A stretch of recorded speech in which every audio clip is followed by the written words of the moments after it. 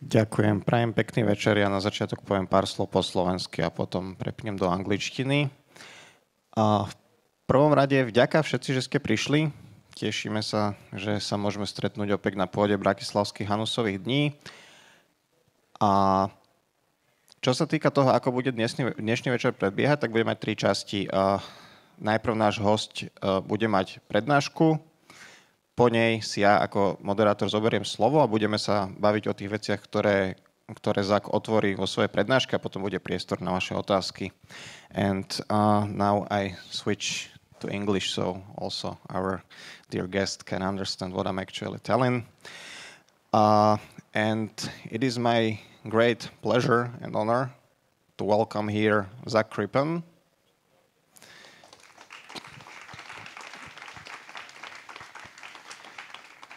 Zac Crippen leads international expansion team for Hallow, which is world #1 application for prayer. As Zac already told me, he manages people who are responsible for content in Hallow for every non-English language in the world, which doesn't include Slovak so far. So we hope that this might change in the future. Zac is as well graduate of the United States Air Force Academy and the University of Oxford. He served as an active duty in Air Force for 7 years before starting career in technology. He lives with his wife Sally and their 5 children on the outskirts of South Bend, Indiana, which probably is a similar or American equivalent to Eastern Slovakia, because there's a lot of Byzantine Catholics over there. And Zac is one of Byzantine Catholics in the US. So Zac, very much welcome.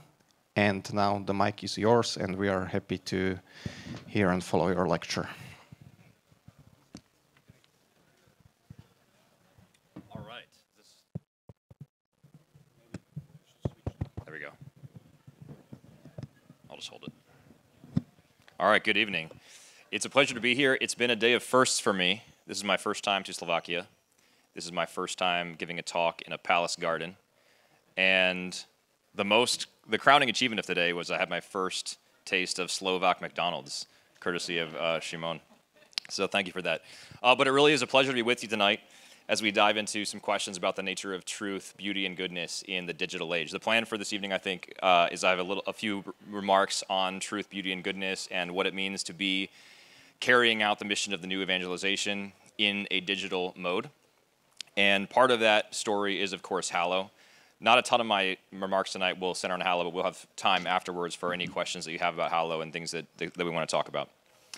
But I want to especially thank Samuel for the invitation to be here and Shimon for moderating this and for introducing me to McDonald's in Slovakia. I also want to express my admiration for everything that this organization has done. In the course of the last year, I've gotten to know Samuel a bit, and he's told me about what this organization is doing, pushing a renaissance of the Christian imagination, the moral imagination forward in Slovakia. And it's a really exciting thing to see, and I'm happy to see that the vibe shift that we have going on in America has its counterpart here in Slovakia. I bring you greetings from the United States and from Hallow's headquarters in Chicago. I don't know how many of you are familiar with the prayer app Hallow. As Shimon mentioned, we are not yet in Slovak, not yet, but we are the world's #1 prayer app. And that's not a testament to how amazing the team is, although the team that I work with is a really amazing group of people. But it's really a testament to, one, how amazing God is, because he's made this thing more successful than any of us ever thought it would be. And it's also a testament to how many people out there really need prayer and how many people want prayer. The vibe shift that I talked about, that I already alluded to, and we'll come back to that later, is indicative of a growing, what I call metaphysical curiosity among young people. People now, we came through the COVID pandemic, people are tired of death, they're tired of running on the hamster wheel of life and always trying to climb the ladder of their career and wondering what it's all for. And so that wondering, that metaphysical curiosity, is a starting point for the gospel. Just before coming here today, last evening, I met with leaders of the European fraternity in Vienna. I'm sure some of you are familiar with that organization as well. And they've been telling me about the same type of vibe shift that they see happening across Europe. So it's very exciting to see. I think it's the beginning of what we might call a counter-revolution. And we'll come back to that later in the talk. But for now, suffice to say, I'm very excited about being here and about seeing what is in action here.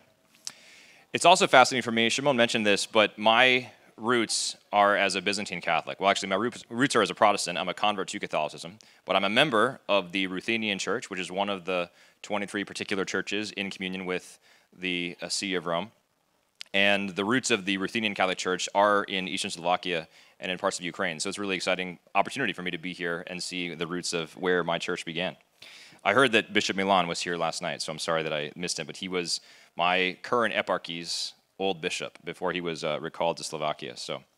But speaking of spiritual patrimony in the Eastern churches, both Eastern Catholic churches and Orthodox churches tomorrow celebrate the feast of Elisha the prophet. Not Elijah, but Elisha the prophet. He's the successor of Elijah. Now, many of you are probably already familiar with the life of Elisha the prophet.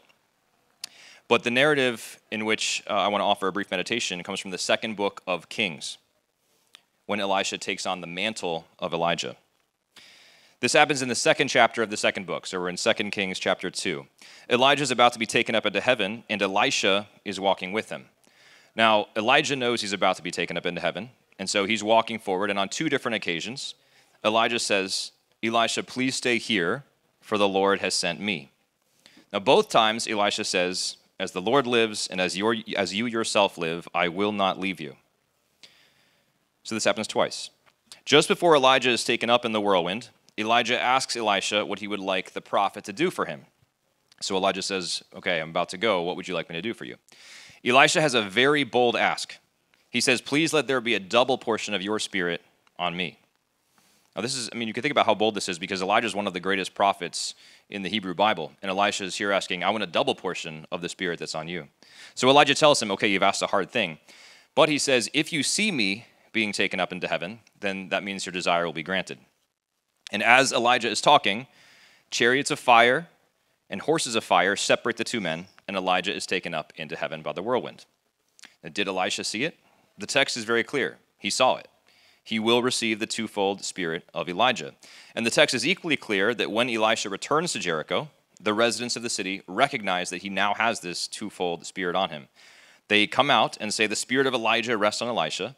They come to the ground to meet him, and they bow before him. And this is the beginning of Elisha's impressive and faithful prophetic ministry that is filled with miracles. He cleanses the dirty drinking water of Jericho. He raises the son of the Shunammite woman from the dead. He heals Naaman's leprosy. And after his death, the relics of his bones restore a corpse to life. So tomorrow, the Eastern Catholic churches celebrate the feast of this holy prophet. And I think this is fitting because of the topic that we're exploring this evening. Elisha is the successor of Elijah. Elijah is the Old Testament type or prototype of John the Baptist, whose primary task is to prepare the way of the Lord's first coming in the incarnation. We know this because of the Gospel of Luke chapter 1, when the angel Gabriel says to Zechariah, "Your wife Elizabeth will bear you a son, and you shall call his name John. And he will turn many of the children of Israel to the Lord their God, and he will go before him in the spirit and power of Elijah." So John the Baptist is the new Elijah. But Elisha receives a double portion of Elijah's power. So who does he prefigure? In many respects, Elisha, whose feast we celebrate tomorrow, is a prefigurement of Christ himself. This explains why, for example, Elisha's bones resurrected a corpse, and Elisha raised the son of the Shunammite woman from the dead. Just as Elisha's bones resurrected a corpse, Jesus' death also brings life. Jesus himself is resurrected. So Elisha is a type or a prefigurement of Christ. And my suggestion to you is that as imitators of Christ, we almost never talk about Elisha, but we should. We're all called to be mini Elishas. He's a model for us, and especially, I dare say, now. We're called to be prophets, taking on the mantle of Elisha. It is interesting that Elisha is mentioned once in the New Testament, only once, but that one time is by Jesus himself. This is in the Gospel of Luke chapter 4, when Jesus describes how, quote, "There were many lepers in Israel in the time of the prophet Elisha, and none of them was cleansed, but only Naaman the Syrian." Why is this? It's because Elisha's message was roundly rejected by most of the people to whom he ministered. Elisha was in hostile territory. He had the most valuable things to say, calling people to repentance and to a life following God, but nobody wanted to listen. This is the exact position of the Catholic creator today. The Catholic creator does not simply have a good message or an encouraging word that makes people feel good.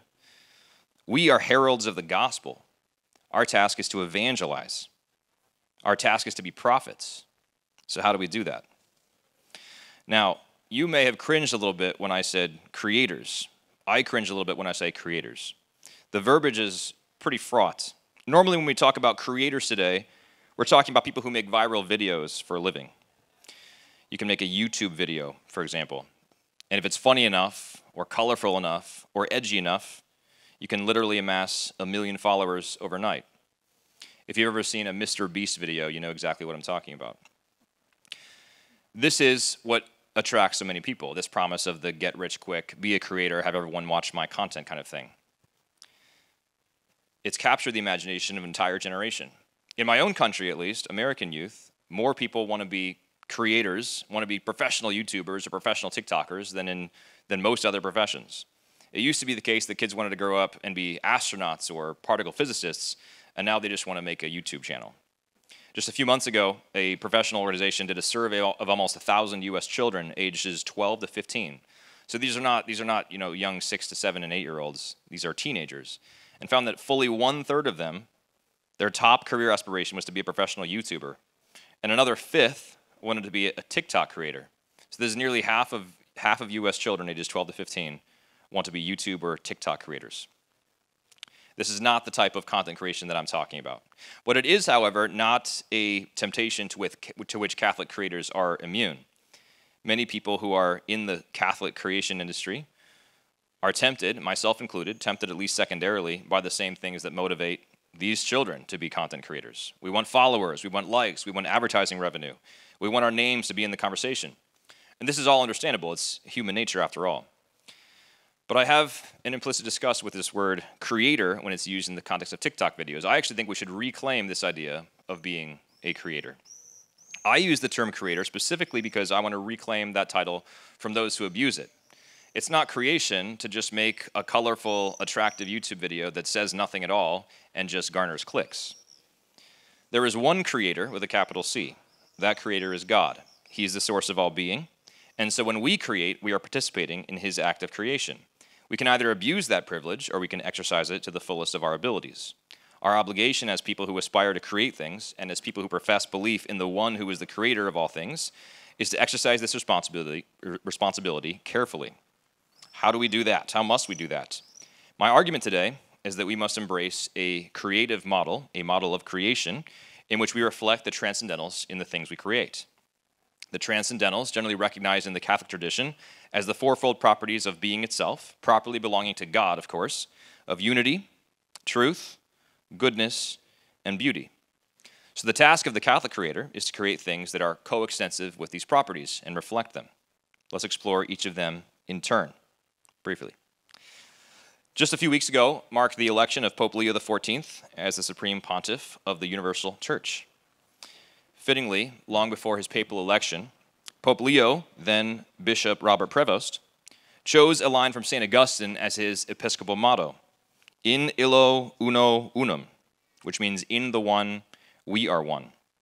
Then Bishop Prevost's concern for the unity of the people of God is the same concern that motivated the Church to convene the First Ecumenical Council, celebrated 1700 years ago this year at Nicaea.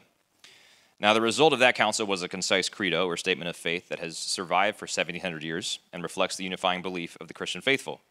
We believe in one God, the Father Almighty, maker of all things, visible and invisible, and in one Lord Jesus Christ, the Son of God, begotten from the Father, only begotten, that is, from the substance of the Father, God from God, light from light, true God from true God, begotten, not made. I could go on, but I think many of you know this, the Nicene Creed. 1,700 years ago. Later this year, we'll celebrate 60 years since the close of the Second Vatican Council, or Vatican II. Nicaea was the Church's earliest council, at least since the Council of Jerusalem, described in the book of Acts.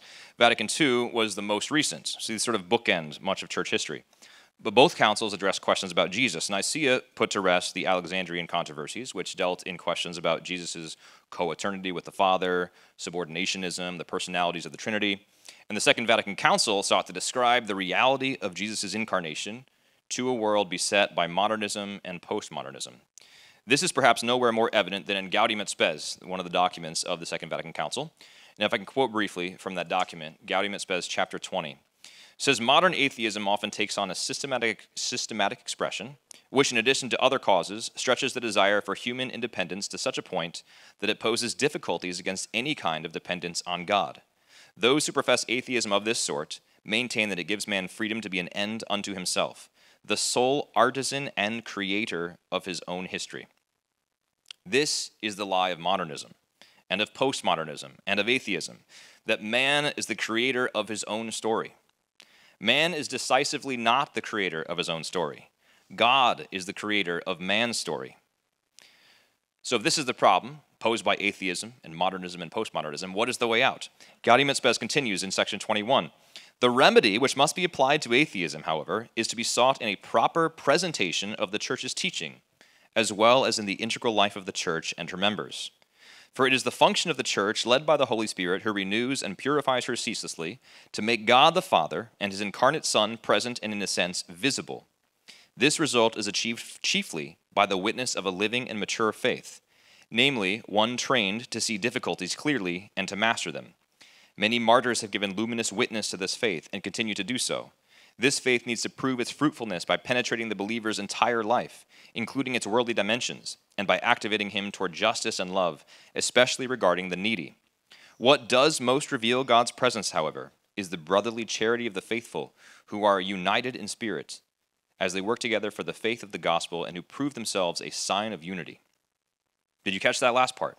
What most reveals God's presence is the brotherly charity of the faithful who prove themselves a sign of unity. Of unity. In the one, we are one, as Pope Leo's Episcopal motto reminds us. This is the first transcendental, unity. If you spend any time on those corners of the internet where Catholics like to squabble with their Catholic or Orthodox brethren about their preferences for the Novus Ordo Mass, or the traditional Latin Mass, or the particularities of the Filioque, you know that the world of the Catholic creator is hardly marked by unity. We look almost indistinguishable from the world of secular content creators. We make reaction videos, hot takes, we have debates without charity. We must instead be marked by a true unity that is grounded in but transcends our belief. Here I will point again to Pope Leo XIV, who in a 2023 interview said, "We are often preoccupied with teaching doctrine, the way of living our faith, but we risk forgetting that our first task is to teach what it means to know Jesus Christ and to bear witness to our closeness to the Lord. This comes first, to communicate the beauty of the faith, the beauty and joy of knowing Jesus." The theme of these festival days, as I understand it, is reconciliation, and I think the Pope's comments here are especially appropriate to that theme, because he's not downplaying the importance of doctrine. He's not saying the doctrine is unimportant, far from it. He's saying that our task is to be apostles of Jesus Christ, and only in Jesus Christ can reconciliation be found. This echoes what our Lord himself said in the high priestly prayer of the Gospel of John, chapter 17. "And this is eternal life, that they know you, the only true God, and Jesus Christ, whom you have sent." And just a few sentences later, Jesus prays for the unity of the church. "Holy Father," he says, "keep them in your name, which you have given me, that they may be one, even as we are one." As Augustine echoed, "In the one Christ, we are one." Now, when we talk about unity, we often add that there can be no unity without truth. And of course, that is true. So let's shift gears a little bit and now explore the second transcendental, truth. What is truth?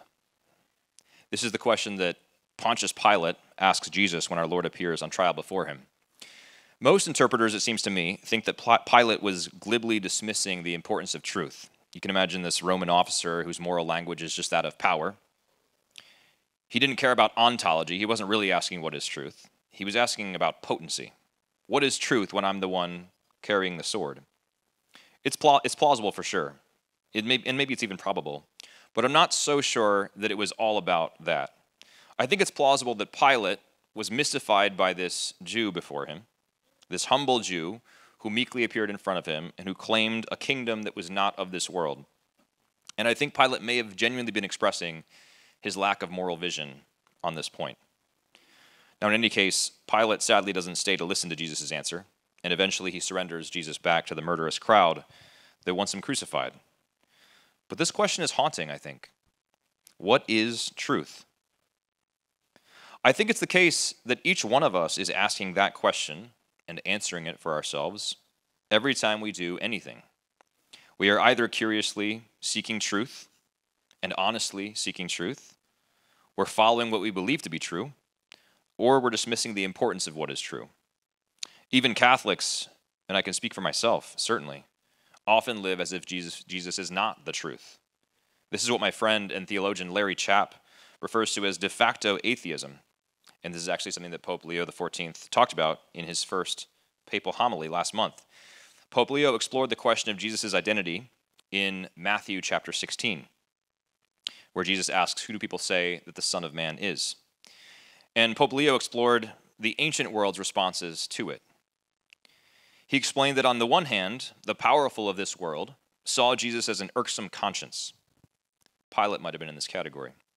While they may have tolerated him for some time, eventually they grew irritated and they pushed him to the side. On the other hand, there are these ordinary people, those for whom Jesus is a role model of virtue and charity, and a courageous one, someone that they want to be like. They want to follow Jesus insofar as they can without inconveniencing themselves. But to them, Jesus is only a man, so they're not willing to go so far as death, and certainly not death on a cross. As Pope Leo said, these attitudes embody notions that we could easily find on the lips of many women and men in our own time, even if, while essentially identical, they are expressed in different language. There are contexts where it is not easy to preach the gospel and bear witness to its truth, where believers are mocked, opposed, despised, or at best, tolerated and pitied. Yet precisely for this reason, they are the places where our missionary outreach is desperately needed. Today, there are many settings in which Jesus, although appreciated as a man, is reduced to a kind of charismatic leader or a superman. This is true not only among non-believers, but also among many baptized Christians, who thus end up living at this level in a state of practical atheism. All right, so what's the way out of this? We talked about the way out of modernism and postmodernism and atheism as being Jesus Christ. The way out of this problem is also outlined in Gaudium et Spes, section 22, just after the previous sections that I read. This is what Gaudium et Spes 22 says about this. The truth is that only in the mystery of the incarnate Word does the mystery of man take on light. For Adam, the first man, was a figure of him who was to come, namely Christ the Lord.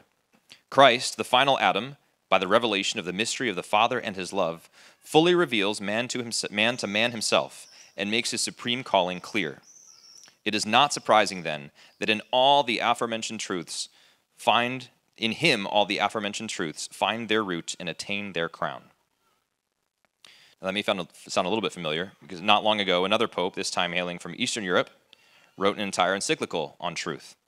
In Veritatis Splendor, Pope St. John Paul II pointed out that when the individual conscience is made the criterion of moral truth, the unity of the church is compromised. And the very first footnote of that encyclical, Veritatis Splendor, actually points to Gaudium et Spes 22, which I just read. It is in the mystery of Jesus Christ incarnate that the mystery of man, the mystery of our being and our identity, is answered. Well, that is all well and good, but what does it mean for the Catholic creator? There are at least two immediate implications. First, the truth is Catholic. What do I mean by that? I don't just mean that what the Catholic Church says is true, although that's certainly true. I mean that everything that is true is Catholic. I mean all truth is God's truth. If the Word, the Logos, as referenced in John chapter 1, is the central reality around which everything else coheres and in which it subsists, then all truth is God's truth. That means that 2 + 2 = 4 is the Catholic reality, as is the fact that the sky is blue, or the grass is green, or that natural uranium-238 has 92 protons and 146 neutrons and weighs 238.051 atomic mass units. These are Catholic truths. These are God's truths. There's a tendency in our modern world to push Catholicism to the margins. Stay in your lane is the typical expression in America for this idea. You can talk about theology, you're a Catholic, but not particle physics. One of these things, theology, is viewed as the domain of subjective inference, but the other one, physics, is deductive and causal reasoning. This is wrong. Both of these, and all fields of inquiry, are grounded in objective truth, which is ultimately grounded in the truth who is God. Catholic creators should not stay in our lane. Rather, we should write novels and histories and textbooks and poems and make action films and comedies and dramas and documentaries. The truth is God's, and he has entrusted it to us. Now, the second implication of this claim from Gaudium et Spes is that the truth is grounded in incarnational realities. The Word became flesh. The Word did not become data. The Word was not encoded in bits. The Word became flesh. The truth is not merely an idea. It takes shape in the world. It is incarnate. It is made manifest in time and space, in bodies, in gestures, in sacramental signs, in atoms. We are not nominalists. Take, for example, the claim I mentioned above about the weight of uranium-235. The weight difference between enrichable uranium-235 and depleted uranium-235 is about 3.3 times 10 to the negative 26th power grams. To give you an idea of the difference between 3.3 times 10 to the negative 26th grams and 1 gram, if 1 gram is represented by a mountain, the 3.3 times 10 to the negative 26th gram is represented by a grain of sand. So that's the magnitude we're talking about. But that infinitesimal weight difference, 10 to the negative 26 grams, can mean the difference between a reactor for energy, for peaceful purposes, and a nuclear bomb. This is not theoretical. This is not up for debate. This is not a social construct. This is real. This is what I mean when I say the truth is grounded in matter. Truth, which is, as we already established, Catholic, is not vaporous or amorphous, but specific. And Catholic creators have the task of making truth manifest, not in generalities, but in particularities. The Incarnation also teaches us that the medium is not neutral, that how something is said matters just as much as what is said. This is what the Canadian Catholic philosopher Marshall McLuhan meant when he said, the medium is the message. This is where AI comes in. When we allow generative models to fabricate our creative work, or replace our creative work, we risk surrendering not only the process of creation, but the moral responsibility for what is made. Generative models can search through data sets. Generative models can remix. Generative models can rearrange. They can report trends. They can produce plausible text and images. But generative models can never suffer. Generative models cannot feel. They cannot love. They cannot offer the self. And without the self, no real truth can be mediated, because there is no mediator. Now, this is not a call for all creators to never use AI technologies. These tools can be enormously helpful in editing and in research, but their use should not be of primary creativity. They should never displace human creation. They should be used as a secondary support to creators. And creators must remember that our job is not to win arguments, but to illuminate the truth, to illuminate the human soul, to imitate the Creator with a capital C.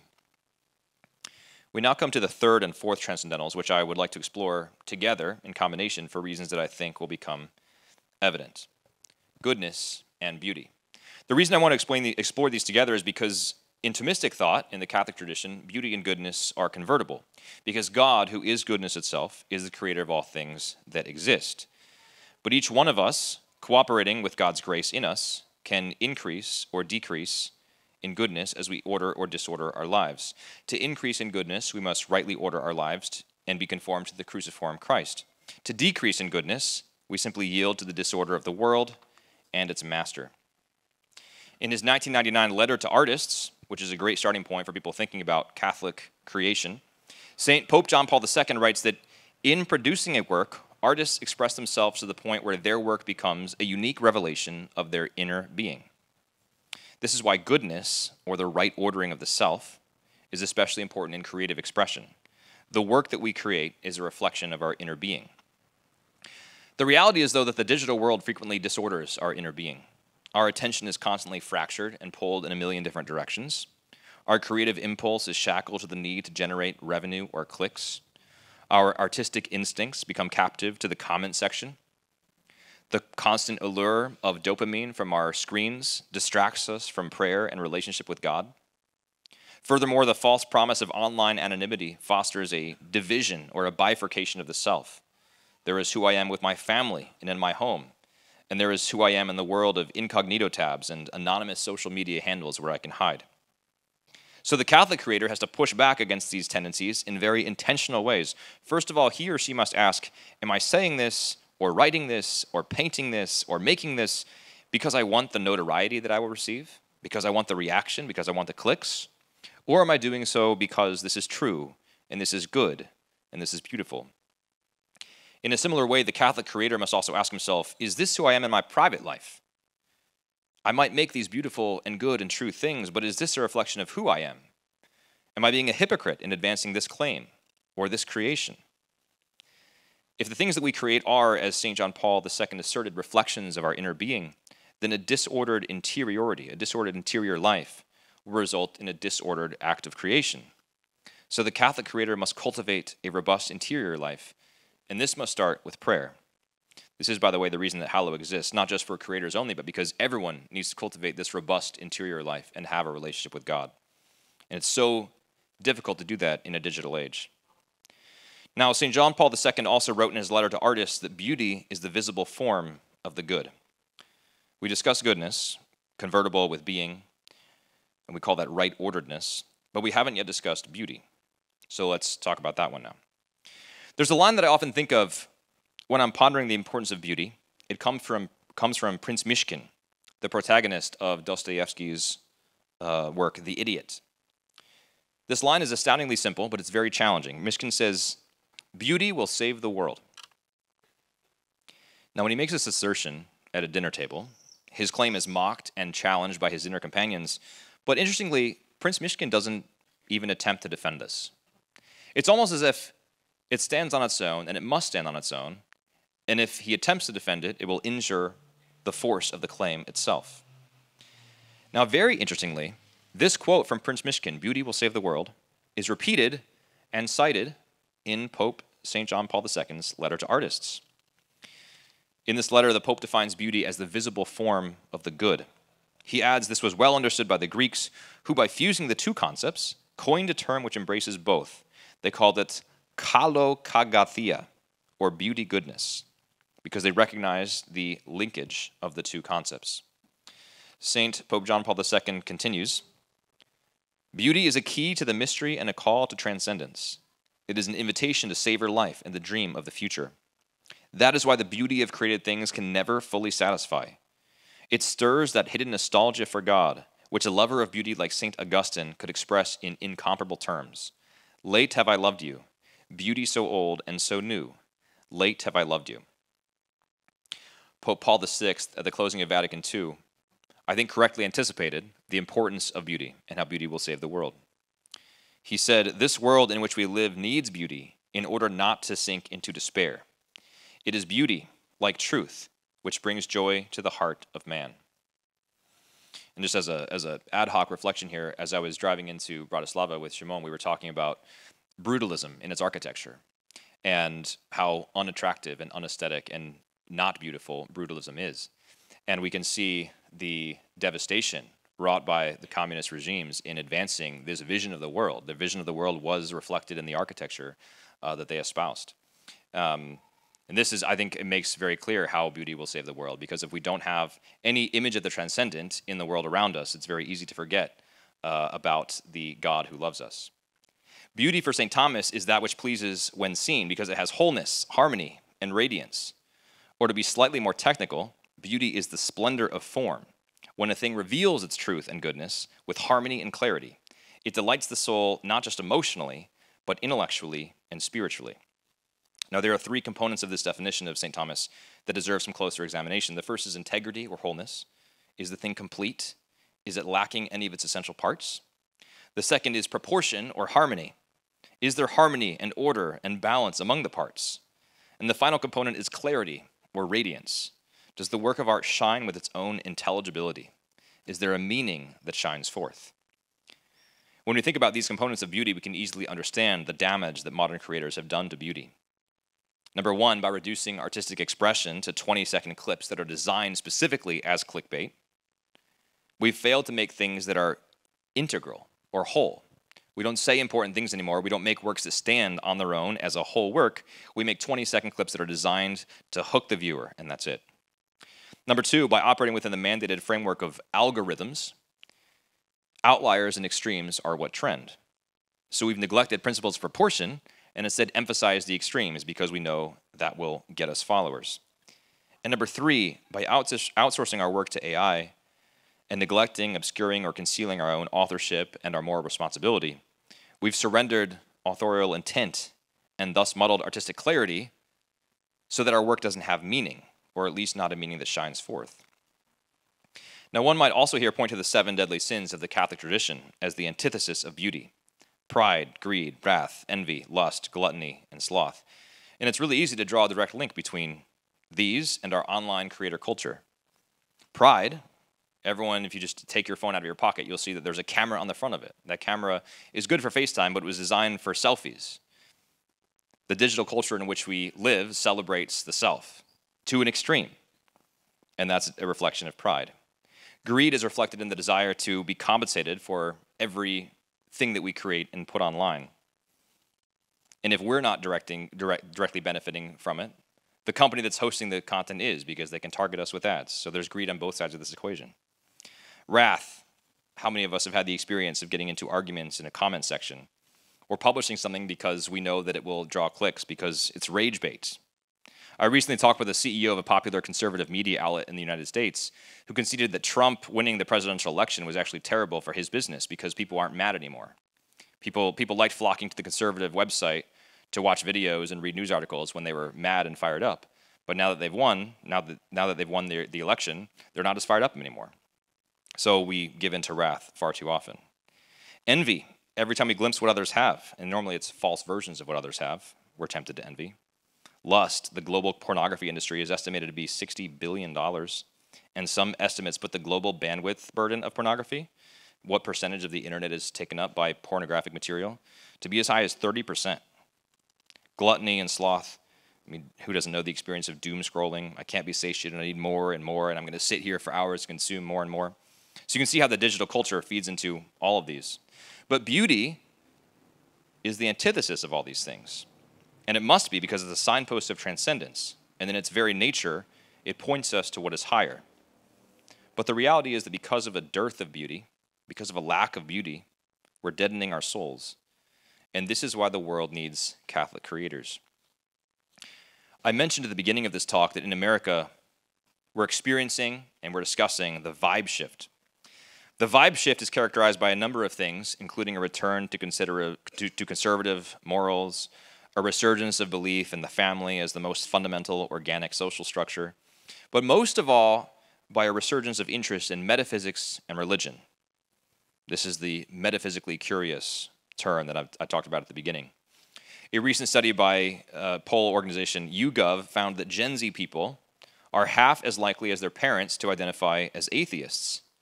In a recent interview with the Times of London, a young Gen Z woman named Emily Beanie discussed why she now identifies as a Christian and is back in church.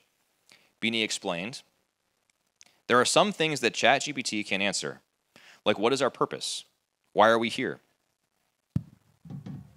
We have TikTok, Google, Instagram, and AI at our fingertips. I could search for anything, but there are more big questions than the internet has answers for. People are realizing that maybe they can find them in God." Emily is a perfect example of people that are in our mission field. They're tired of the content that continually meets their eyes. They recognize that it does not represent truth, beauty, goodness, or unity. They're desperate for true content that is the product of true creation, for content that conforms to the lofty ideals of transcendence that we've talked about today. The task of the Catholic creator, I would challenge you, is to form consciences, not to farm cliques. This will take time, and not just time, but effort. Beauty demands craftsmanship. It demands labor. It demands a robust interiority, and these things don't scale easily. These things are difficult to do, and if they weren't, everyone would do them. There are plenty of examples of filmmakers, poets, designers, artists, authors, who have labored in obscurity for the sake of truth, beauty, and goodness. I think here of the example of Estonian composer Arvo Pärt. Some of you may be familiar with Arvo Pärt's music, but he started composing in the 1950s. In 1968, he wrote a large work called Credo, which combined avant-garde techniques with Christian themes. And later that year, he just went into silence. He gave up publicly composing. He gave up public music entirely. For a period of 8 years, he immersed himself in the study of early music. He also converted from Lutheranism to Orthodox Christianity, and he finally emerged from his 8-year silence in 1976, having developed a new compositional style called tintinabuli. But here's the most interesting part of this story. There's an Estonian national myth called Kalevipoeg that serves as the inspiration for most modern Estonian artists. Officially, the Kalevipoeg is the national epic of Estonia. It was compiled in the 19th century by Friedrich Reinhold Kreutzwald from ancient folklore and oral traditions. The Kalevipoeg tells the mythic tale of a giant heroic figure and the son of King Kalev, who embodies the Estonian spirit in his quest for justice, wisdom, and in defense of his homeland. It is a beautiful and tragic epic, but it is not the gospel. In 2014, in an interview with The Telegraph, Arvo Part, who is Estonian, explained that he never really found inspiration from the Kalevipoeg, like most of his fellow composers did. My Kalevipoeg, he said, is Jesus Christ. Is your Kalevipoeg Jesus Christ? Is my Kalevipoeg Jesus Christ? It should be. And this is my challenge to you and to myself today, to take up the mantle of Elisha the prophet in the name of Jesus Christ and to make beautiful things. These things might reach 10 people. They might reach 10 million. That is up to God. But you should make them out of a love for Christ. Thank you.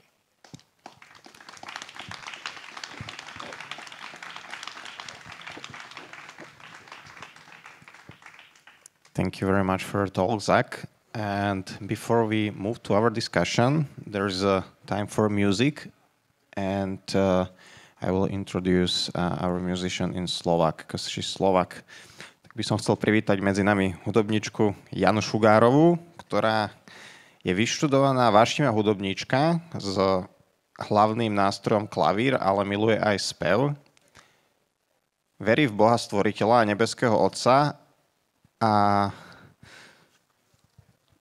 skrze zjavenú lásku Ježišovi Kristovi rada rozpráva o Bohu. Ako prvú skladbu nám zahrá skladbu od Neta Kinga Cola Autumn Leaves.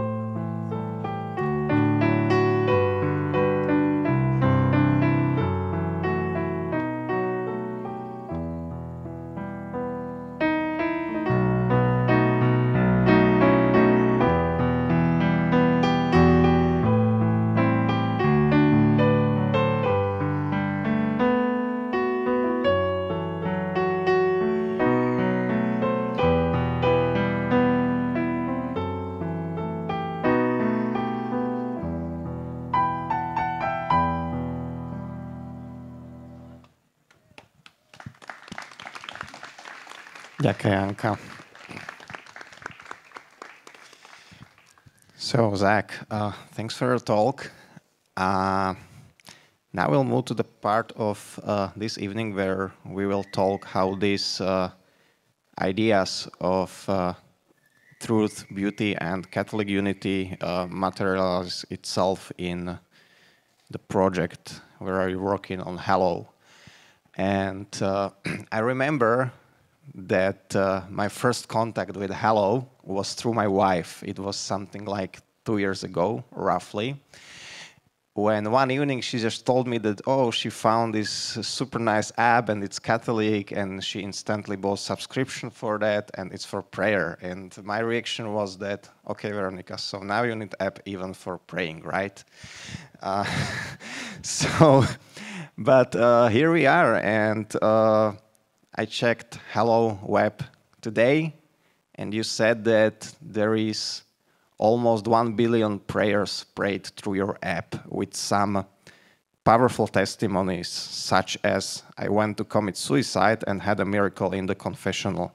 Hallow was there guiding me to these miracles encounter that healed my depression. It's been my guide to staying focused in my prayer life, says Blake. So my first question is that how it even happened that a group of people came together and said that, okay, let's make prayer application, let's make it 100% Catholic, and we believe that this can make actually successful business. How did it happen? Great question. I was not there at the beginning of Hallow. I'm not one of the 3 Hallow co-founders. As Shimon mentioned, I run international for the app, so all the non-English languages is what I work on every day and try to expand. So I wasn't there at the beginning, and it's not my story to tell because I wasn't there, and it involves personal narratives from each of the co-founders, but I can give you the Cliff's Notes summary, which is we have 3 co-founders. Alex Jones is our CEO, Alessandro De Santos is our CFO, and Eric Karakis is our CTO. All 3 were classmates at the University of Notre Dame, and it's pronounced Notre Dame. It looks like Notre Dame if you're a French speaker, but in the U.S. we say Notre Dame. They were all 3 undergraduate students at the University of Notre Dame, and to some degree or other had fallen away from their Catholic faith, all raised as cradle Catholics, but had fallen away, despite being at a Catholic university. And they graduated and they went into the workforce, but all of them were actually, they hadn't just fallen away and had fallen into apathy. They each had very big and serious questions about why I'm here and what the purpose of life is all about. And so over the next several years, while they were in the workforce, they explored these questions. They explored these questions together. They explored these questions on their own. They explored these questions with monks and priests and nuns. And at the end of that journey, each came back fully into the Catholic faith. And Alex, our CEO, had some really interesting experiences exploring other religions. He ultimately decided the Catholic Church is the true religion, and I want to follow Jesus Christ. But he had experienced Eastern meditation, Zen Buddhist meditation, and he thought this is really cool. And it's sad that I have to give that up, but if that's the price of following Christ, then so be it. And then he talked to monks and priests and nuns who were schooled in the Church's tradition of contemplative and Ignatian prayer, and they said, well, guess what? What the secular world has, the Catholic Church has in abundance and in a much greater way. We have this 2,000-year-old tradition of prayer in the Church, and let me tell you about it. And so as Alex explored more of this tradition of prayer in the Church, he thought, wow, I had no idea that there was all of this richness in prayer. I had no idea this was what prayer was. I had no idea we could talk to God like this. If I didn't know this as a cradle Catholic, how many other people out there also don't know this? And then he thought, well, I can make an app that can help me at least pray. I'll do that. And so he made that, and then some other people liked it, and then more people liked it, and then here we are, almost 1 billion prayers completed. Yeah. Thanks for the story. I guess that in the very beginning, okay, there was some prototype, definitely, but probably Hallow wouldn't be able to go so far without some investment, right? What's the story, or what was your pitch? How to get that maybe first investment to go big, to actually have something more than just personal app prayer, but to be able to establish organization, hire some staff, and maybe try to expand.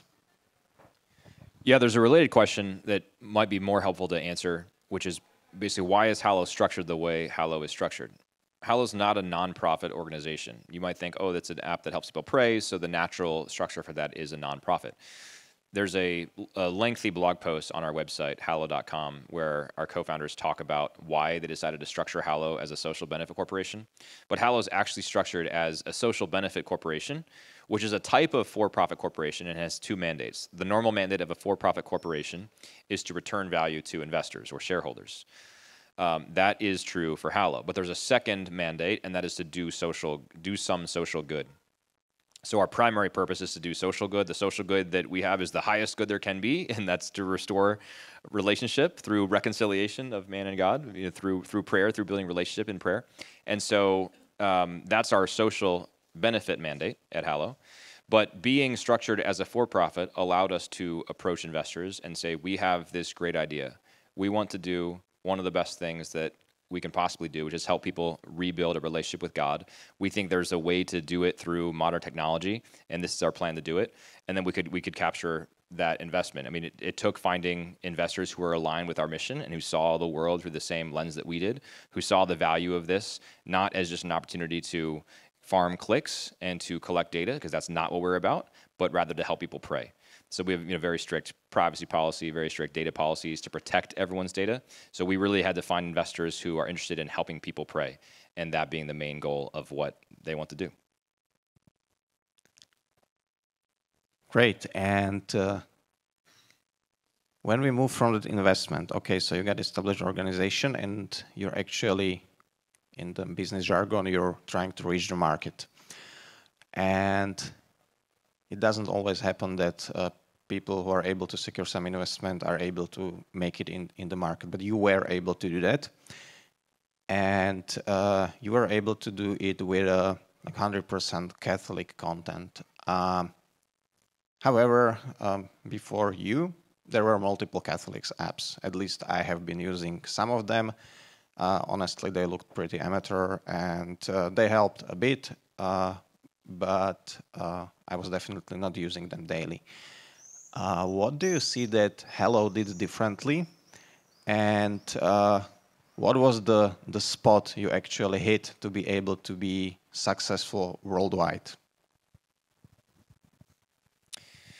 It's a complicated question, and I don't know if I know all the answers, because we often ask the same thing: why is Hallow being successful, and how can we be more successful? How can we be better stewards of of the resources God has given us and of what God has called us to do? I don't want to comment on other apps that are out there who have come before us. I mean, God grants the increase, but some things that we've noticed that we think have worked for Hallow is, one, you have to stay mission-oriented. It's our number one hiring criteria for bringing people on board. They don't have to be Catholic, but they have to be on board with the mission. We don't just want to hire mercenaries. We don't want to hire developers who don't care about helping people pray. We want to hire a really dedicated team of people who's really bought into this mission of helping people pray. And so we've tried to build the best team in the world that is 100% mission aligned. We've also learned, Alex, our CEO, and Eric, our CTO, were both in Silicon Valley before, working as consultants, and had various levels of interaction with the startup community and with the Silicon Valley tech world. And one of the things they learned was just how important building a product team was. One of the things that has frequently doomed apps, not just Catholic apps, but other apps, if they don't succeed, is just having a subpar product experience. So from the very beginning, the thinking at Hallow was, how do we build this into the best product experience in the world? Not just the best Catholic app in the world, not just the best prayer app in the world, but the best app in the world. Netflix is interesting, right? Because Netflix actually, their whole subscription model is based on monthly subscriptions.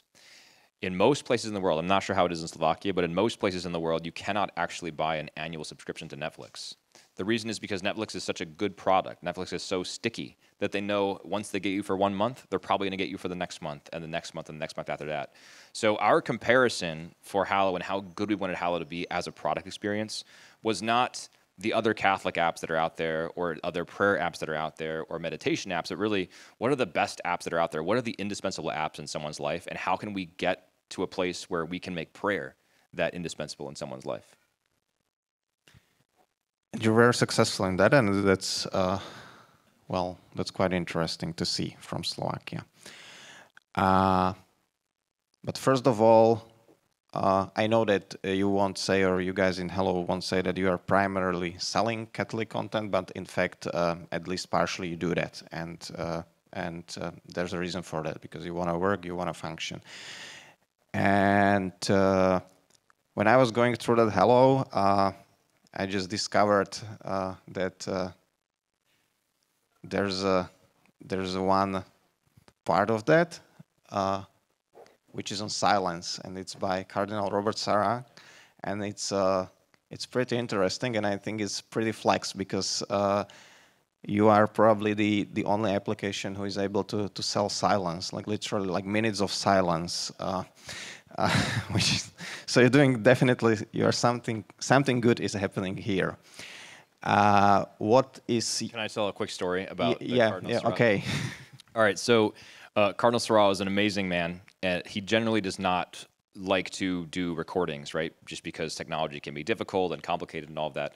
So we asked him to do this for us, and we were really hoping that he would, and he did agree to do that, but it was last minute. And so we were flying out to Rome, and Alessandro De Santa, one of the co-founders, was going there I think 2 days later. And we started a message between us and said we should bring the Cardinal some gift, and it's got to be a unique gift, right? He has so many gifts, so we've got to bring something unique. We have an amazing iconographer on the team. He's one of our designers, but he studied in Greece to be an iconographer. He's a Byzantine Catholic like myself. He and I are the Byzantine guys on the team. And I had commissioned from him a icon for our home. It was as a gift for my wife, but to go above our little family altar in our home. It's a beautiful image of Jesus Christ, the Pantocrator. And so he had painted this icon, and I had just gotten it for my wife for Christmas. And then we didn't have a gift for Cardinal Sarah, and so you can probably see where this story is going. I was like, well, I do have this hand-painted icon from one of our team members, and so we could give this to him. And so I ended up overnighting that icon to Alessandro, who then carried it to Rome. And then 2 days later, I get a text from Alessandro, and it's a picture of Cardinal Sarah holding what was my wife's icon, smiling, looking at us. So now that icon is hopefully hanging in Cardinal Sarah's apartment. So, yeah, nice story. But my question, or where I was heading, was that what's your favorite part of Hallow content-wise? I mean, and since you are in the international expansion team, maybe what's your favorite stuff on Hallow in English, and what's non-English favorite stuff, and why? Yeah, I think I've got an answer for this one. So my favorite content in English is called Daily Contemplation. As I mentioned, we want Hallow to be. I don't actually care about Hallow being in the center of someone's life. I care about prayer being in the center of someone's life. And if Hallow is a Trojan horse to do that, so that instead of picking up Instagram, they pick up Hallow, that's amazing. But one of the things that can be really helpful in building a prayer routine, right? Because life is about habits. Virtue is about habits. We need to habituate virtue. And if we habituate virtue, we can be good. So if we want to actually pray, we have to pray regularly. And in order to pray regularly, we need to build a habit. So the best way to do that is to do it every day. And so we have a type of content on the app called a daily. A daily is something that's new every day. So you can have a daily reflection, you can have a daily rosary. But my favorite piece of content is a series called Daily Contemplation that is led by an American priest named Father Timothy Gallagher. And he is an expert on Ignatian prayer. And so Daily Contemplation is a 90-day, every 90 days there's a new, every day for 90 days there's a new episode, new session. Daily Contemplation is an invitation into contemplative prayer. And so it's normally setting you in the scene of a Gospels, and you're picturing yourself in the scene, you're gazing upon Jesus, and you're feeling Jesus gaze upon you with his love. And it's just an absolutely beautiful daily that I recommend. So that's Daily Contemplation on the English side. My favorite on the non-English side, and it's been incredibly popular, is probably we call it Minute with a Monk, or the Monk's Minute. And we record that actually not far from here with the Cistercian monks at the Abbey of Stift Heiligenkreuz. And I was just there yesterday visiting with them, but they're incredible monks. They have incredible reflections. It's just 3 to 5 minutes every single day, fresh content though, reflection on the gospel from that. So that would be my favorite non-English content. Good. Besides that, it captured my attention when very, very, very popular actors and pop stars were running ads for Hallow. For example, I know that Gwen Stefani, Chris Pratt, and Mark Wahlberg did this. And I know that Mark Wahlberg also did some content for you, I think rosaries, probably. How were you able to do that? Were you reaching them or they reached you because something important happened in their life and they were willing to support something Catholic and they were willing to publicly declare that they are Catholic? How did this happen? In almost every case, it's us reaching out to them. And we have a very robust philosophy around who we work with and why. This is also explained on our blog in a pretty lengthy post by Alex, our CEO, because we have different types of partners on the app as well. So we have partners who license content to us. We have partners who develop content for us and write. So this Father Timothy Gallagher, who I mentioned, he wrote those beautiful contemplation sessions. And then we have other content that's just read by, we have prayer content that's read but developed by us, right? So we write the prayers and someone else reads it. And then we have non-prayer content. It could be someone reading an excerpt from an audiobook, for example. And so we have different sort of levels, different requirements for each type of partner with whom we work with. But in almost every case, it's been us reaching out to that partner for the big celebrities. But it's interesting. I mean, we've heard this from a lot of people. You said it caught your eye, and that's really what this is about. We're fundamentally an evangelistic organization. It's nice when we can serve Catholics who already pray the rosary every day. That's great, and that's a core part of what we do. But we have a special place in our heart for those who have fallen away. And the people who have fallen away are not following Pope Leo XIV on Twitter and Father Timothy Gallagher. The people who have fallen away are following Mark Wahlberg and listening to Gwen Stefani's latest album. And so the thinking on that is, how can we get people who have fallen away to come back? And if we can get the people who have fallen away to come back because they want to listen to Mark Wahlberg talk about how great it is to fast on Fridays during Lent, that's amazing. In the U.S., Mark was interviewed a couple Ash Wednesdays ago for Lent, and I think it was Fox News, but the bottom, we joke about it still at Hallow, because the chyron, the bottom headline on the TV didn't say Mark Wahlberg is fasting for Lent. It said Mark Wahlberg's 40-day fasting challenge. So internally, we sometimes joke and just say, are you guys ready for Mark Wahlberg's 40-day fasting challenge? And then, you mean Lent? No, Mark Wahlberg's 40-day fasting challenge. So, however, there are some pitfalls, I think, when it comes to working with people such as Gwen Stefani or Mark Wahlberg. And I'm quite interested into how do you approach specifically the challenges, such as I know that Gwen Stefani is divorced and living with divorced man, and his public stance on marriage is, we could say that, more relaxed than what we as Catholic believe is right stance. I also think that either Chris Pratt or Mark Wahlberg, but I think it was Wahlberg, he publicly supports gay marriages, which is not really in alignment with Catholic teaching and with the truth you were telling about.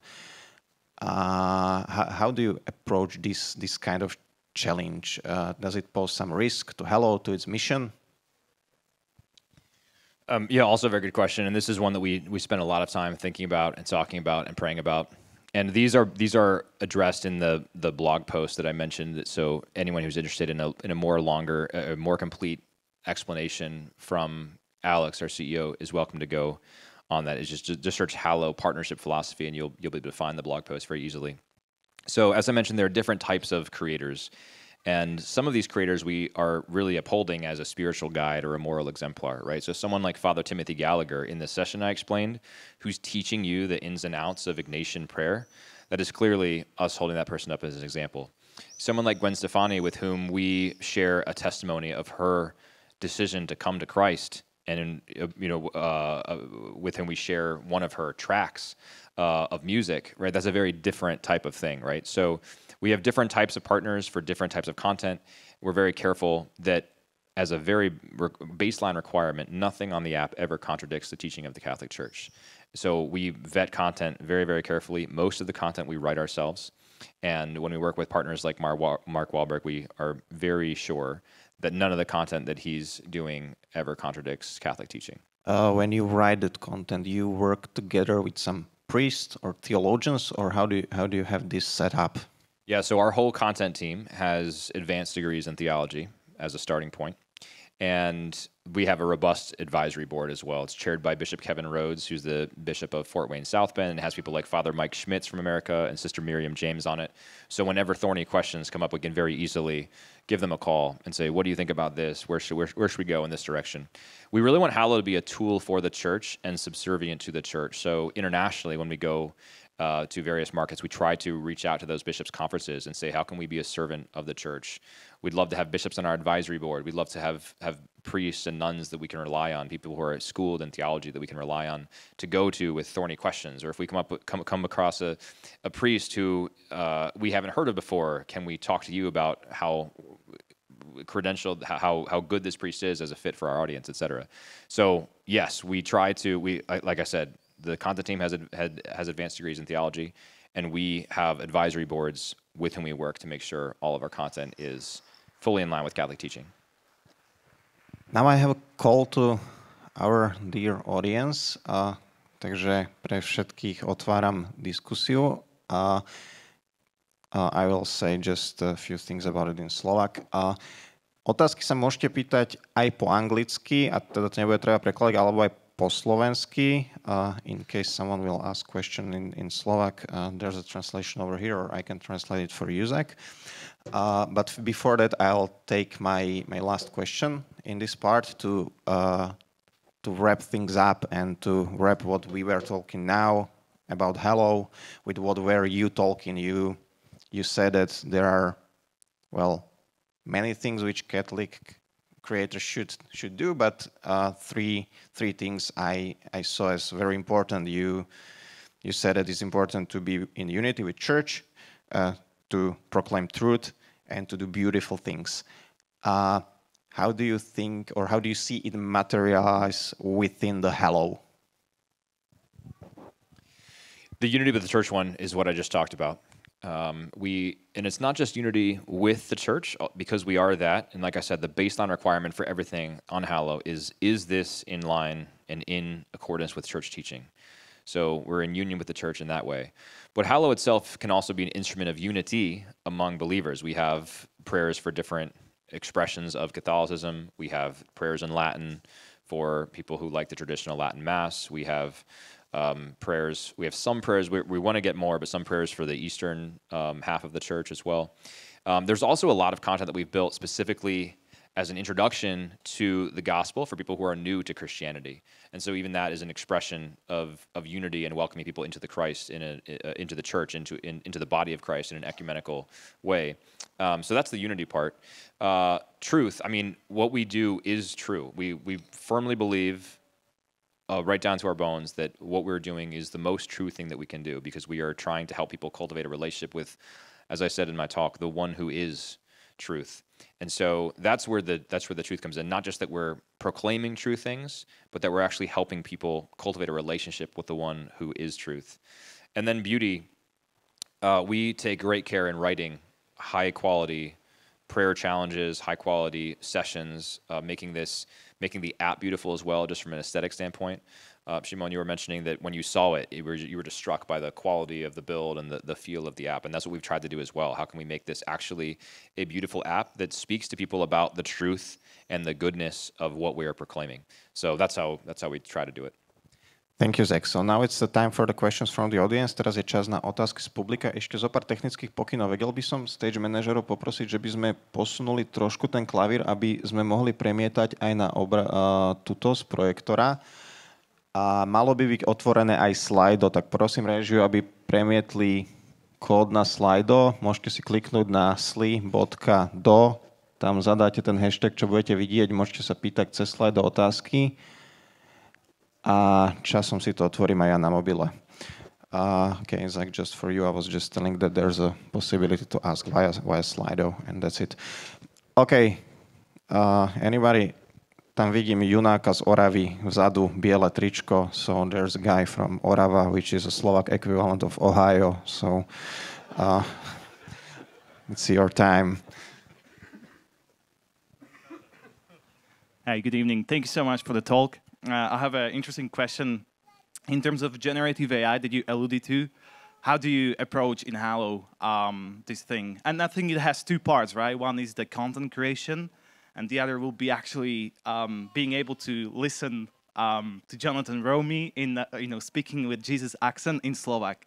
That'll be, very interesting.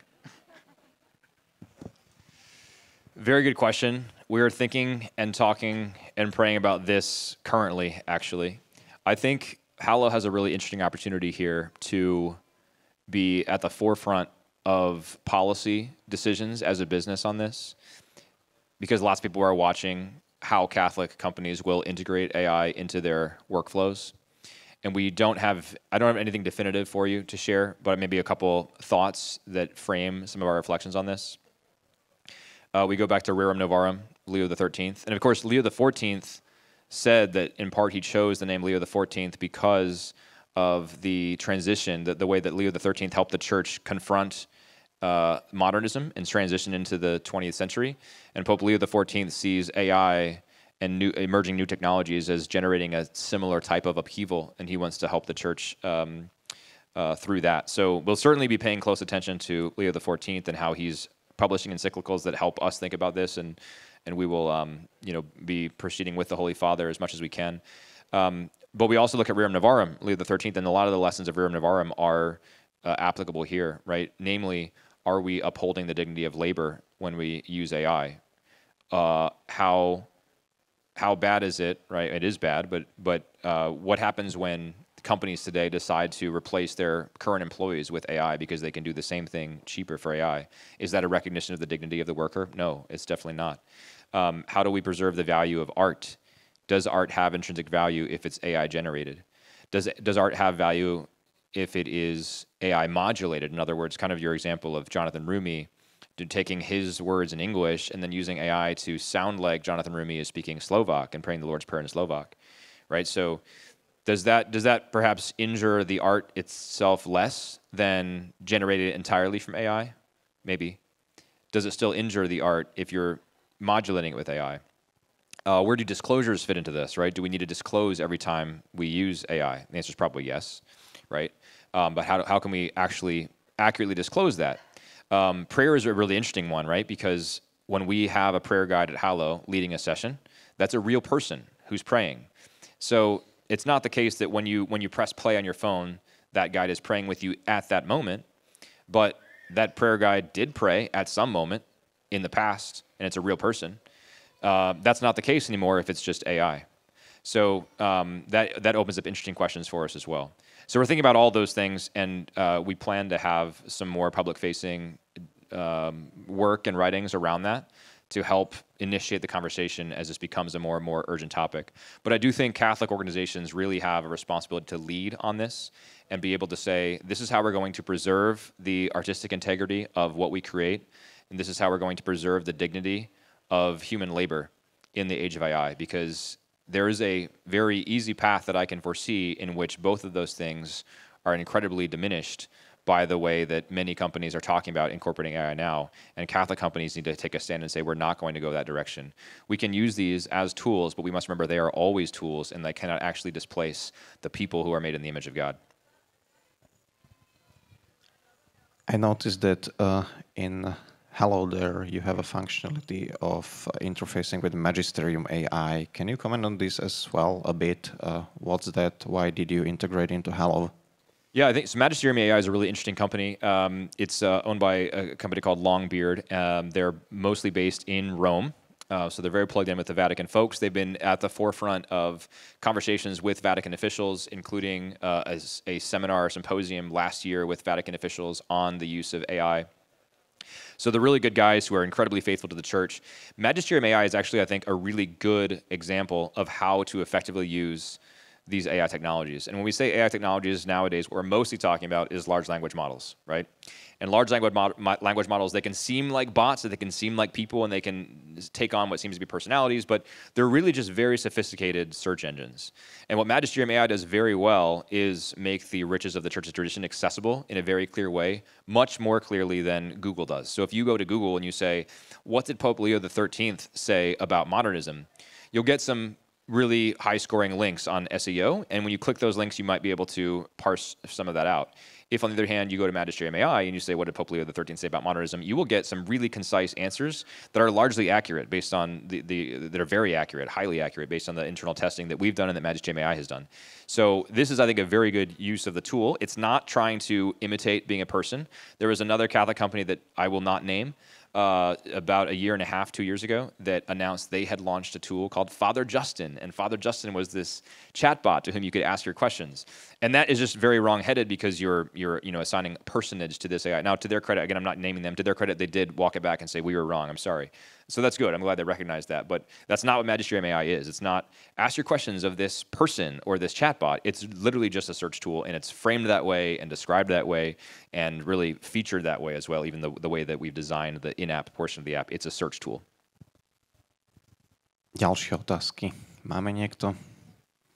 Vpredu vidím pána sa hlási.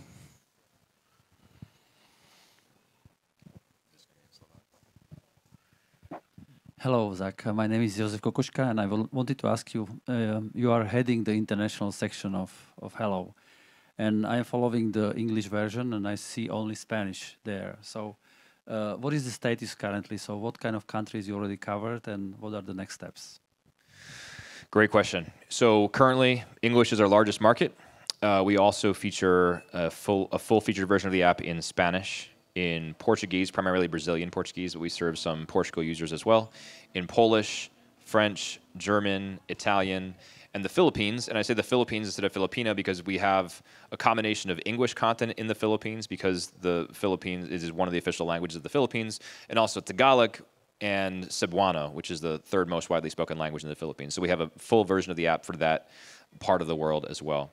As far as future countries, I mean, the vision, the dream is to get Hallow everywhere, and that we can have a Hallow app wherever anyone is and what language they speak. We've had conversations about Slovenia. We've had conversations about Slovakia. We've had conversations about launching an Arabic version of the product, Mandarin, Chinese, Korean, Thai. There are lots of potential next moves for us, but we hope to hit them all eventually. Máme ďalšie otázky. Tuto v strede vidím. Hello, I've been kind of, how it's called in English. I started one web page and I was among those people who started it. It's similar to Mass Times in US. And my question is, how are you thinking about not getting burned out? Because usually the IT business is very intense. And whether you also think about giving over to your to next generation of creators. How do you think about these two things? Thank you.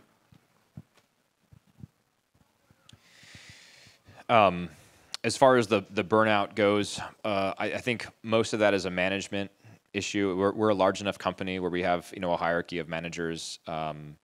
And we have to be very diligent in making sure that our people are not getting burned out. We have an unlimited time off policy, which has a pretty fraught history in the US. Netflix pioneered the unlimited time off policy, and it sounds great. We just give our employees unlimited time off, but they would basically use it as a way to not have to give people time off statutorily. And so Netflix employees had unlimited time off, but ended up taking fewer vacation days than those who were required to take 2 weeks a year. So we have an unlimited time off policy, but we actually try to be more European about the time off policy and actually give people extended week and 2 week vacations and all that. So that's part of the burnout thing. I think it really comes down to culture, but it is hard work. You're absolutely right. It's very hard work. This is the hardest job that I've ever had. And I've had some hard jobs, but this is by far the hardest one, and I think that's true for most people on the team as well. So the risk of burnout is real, but I think we just need to manage it as best we can and be self-aware and be able to take time off when we need to take time off. Empowering the next age of creators. This is a really important one that we have been thinking a lot about as well. And I think we'll have some more things to come in the next year or two on exactly that. But I will say that part of it has been us going to all of our markets around the world and finding people who are doing good work already and trying to lift them up, give them another avenue, another distribution channel. I think, for example, of a young man named Victor, who's in France. He's in our French market. And he's a young man, 25 years old or so, and he's really into apologetics. And he has a small YouTube channel and a small Instagram channel where he just makes these YouTube videos. And if you know anything about the current cultural and religious dynamics in France, apologetics is badly needed, not just because of increasing secularism, but also because of a rapidly advancing Islam. And so he built this, respectable following, around 60,000 followers, I think, on Instagram. And we found him doing this great work, and we said, we'd love to work with you. We'd love to first give you some money to help your apostolate, and we'd also like to help you produce more, and give you a distribution channel to which you can reach more people, through which you can reach more people. So it's that kind of thing that we try to do on a regular basis as well. If you're already doing things, how can we magnify your work? I think the next frontier of that is, how can we do that outside of prayer-specific or even faith-specific content? What does that look like to empower creators who are, as I mentioned in the talk, making films and writing novels and doing things that don't fit strictly under the umbrella of prayer, but still need to be lifted up as well? Máme otázky z publika. Any more questions from the audience?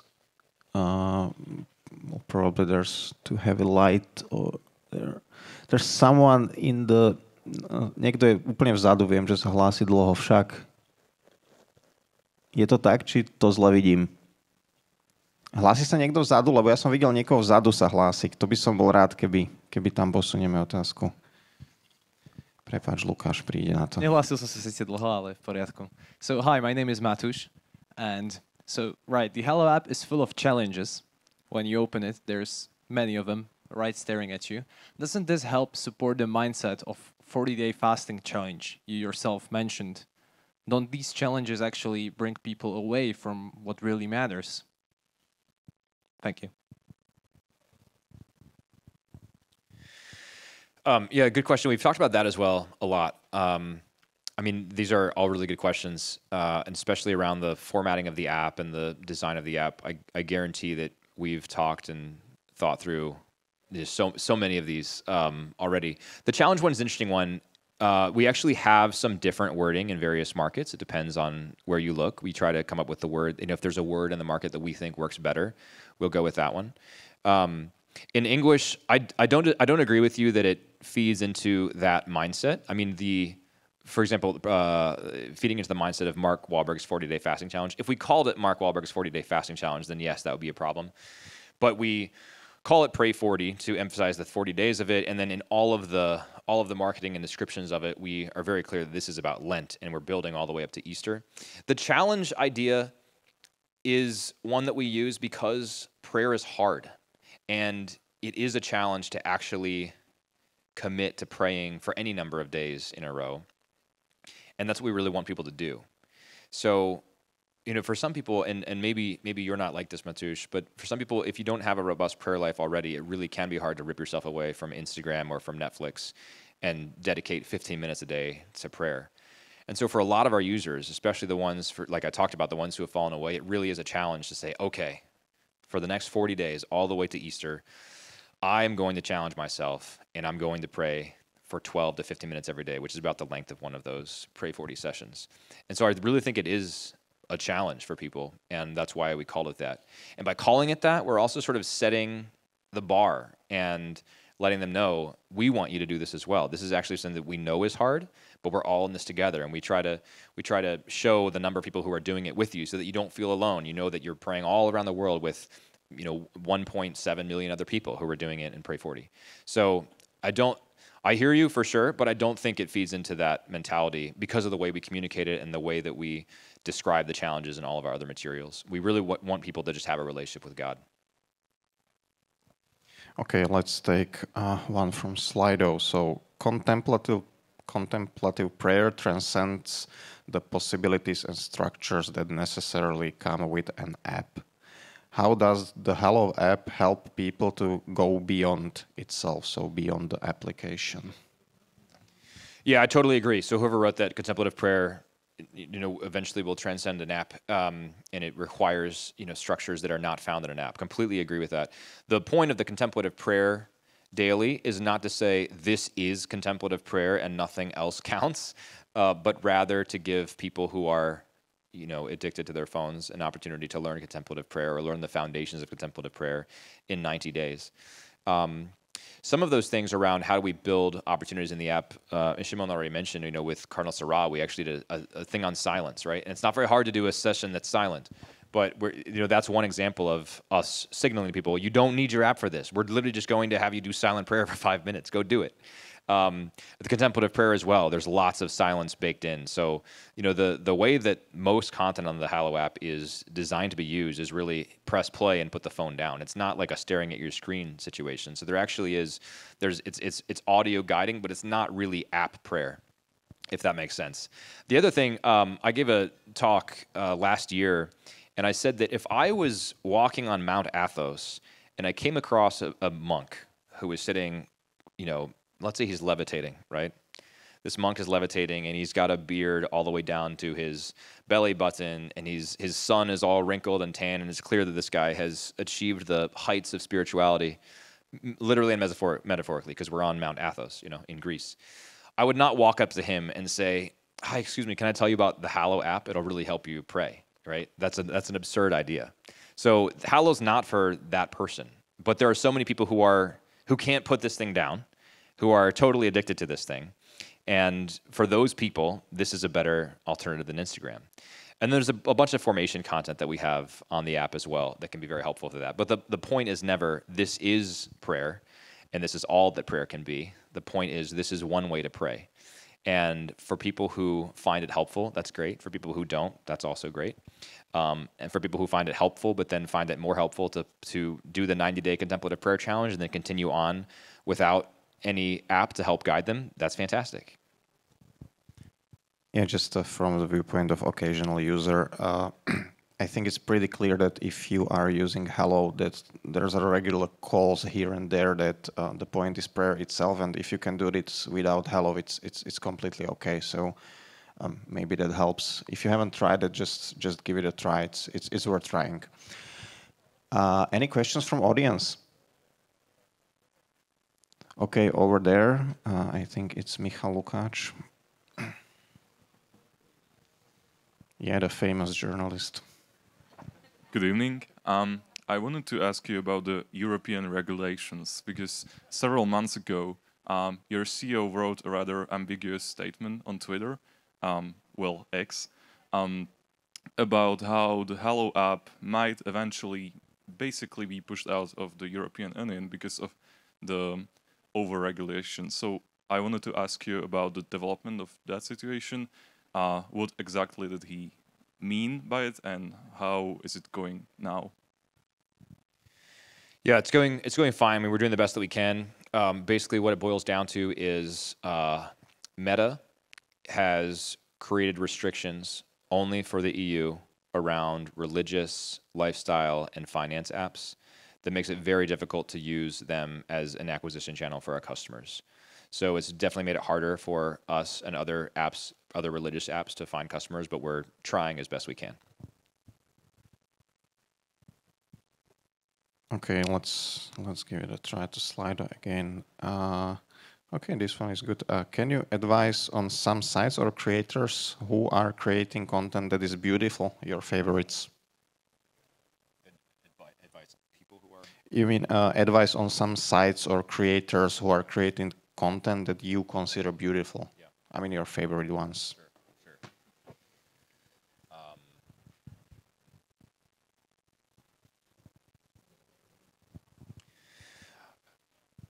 So two right now come to mind. There's an Orthodox author named Paul Kingsnorth, who's a convert to Orthodoxy from really sort of radical environmentalism.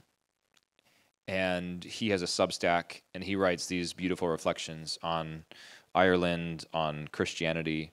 I find his stuff very compelling and very enriching. So Paul Kingsnorth is one that I'd recommend. I'm close friends with a guy named Matthäus Bazo as well, and Matheus is a Brazilian who now lives in the United States. But he has two companies that he started in Brazil, both Catholic companies.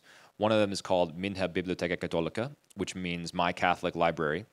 And they do a subscription box of a custom-designed sacred work, some Catholic text, every month delivered to the subscriber. And it is a custom printed edition with custom gold foiling or coloring on the sides, custom illustrations, custom typesetting, and all of that. And it ships with other things in that box as well. But they're just beautiful volumes. And over time, it's a way for people to build up a beautiful Catholic library of sacred or theological texts. And then the other company is called Lumine, Lumine, and they're kind of a Catholic version of Netflix, but they've really invested a lot in acquiring and licensing a lot of films, not just Catholic films, but films, as I was talking about in my text, films that are true and beautiful and good, but not distinctly Catholic, just true and beautiful and good, which makes them Catholic in my telling. And they've worked on some really good documentaries as well, so that would be another name that I would mention. Okay, last call for questions from the audience, because we're running out of time slowly. I don't see any, so I will move on with Slido. Okay, so this is a bit philosophical, and maybe it's good to ask in the end. Should we, in an ideal world, get off social media? If it's so hard to use well, as a Gen Z, why shouldn't I be unplugged or allotted? As a general rule, yes, we should get off social media, is my answer. As a more specific rule, and I think that's because in general, we tend towards overuse of social media. As a specific rule, number one, if you are a person who does not tend towards that overuse, that's wonderful. There are people like that who exist. I'm not one of them. But if you are someone who does not tend towards that and you have a personal apostolate in that space, then I think you should be on social media. And this is frankly because it's a place where we can meet people with the gospel. And so if we aren't on social media, no one will be. So I do think that there are people who are called to be on social media as an apostolate. I do not think that is a universal call for everybody. Okay, I will take this opportunity to just say my last question, and then we will invite our musical guest again. So, Zac, in the beginning, I just read one quote from your site and testimony of Blake, how Hallow changed his life. So there are definitely many powerful testimonies behind the app, how Hallow actually helped to do major change in life of someone. Do you have some favorites about which you know and you're willing to share with us? One of our favorite things at Hallow is to read stories from people whose lives have been touched by prayer. And let me be clear, it's not Hallow that's changing their lives, it's God changing their lives through prayer. But it's just cool to be a small part of that story. So I think one of my favorites that our CEO tells, he has an aunt whose son died. And it was an unexpected death. He was an adult, I think in his late 20s or his early 30s, but totally unexpected death. And so his mom, understandably, did not handle his death well at all. And she was just absolutely beside herself. But after several days, she told Alex that basically the reason she could get out of bed was because of prayer and what she had been taught to do through Hallow, which was such a cool story. And another one that I think about is one who wrote to us who basically said, and we've actually had multiple like this, but they are always amazing. One who said she was close to, this is actually, and it goes to the question about Mark Wahlberg as well. One woman said she was close to ending it all, and then she saw a Mark Wahlberg ad inviting her to pray, which is kind of crazy to think about because we just think about, we never know the consequences of hiring someone like Mark Wahlberg, working with Gwen Stefani, and what that will do. But in this case, going after the lost, going after people who most need prayer, that person wasn't following Bishop Barron on Twitter, wasn't following Father Mike. She was following Mark Wahlberg, and so she saw Mark Wahlberg invite her to pray, and she downloaded Hallow, and she built a relationship with God through that. So just a crazy story, and obviously she's flourishing now. I think she's repaired her marriage and is doing so much better. But yeah, we get stories like that more frequently than you would think, and it's always amazing to hear. Okay, I think it's a nice place to leave it here. And I would like to invite again Jana Šugárova. Janka, nech sa páči a tešíme sa, že nám opäť zahráš. Tentokrát to bude Love Story od Francis Lay.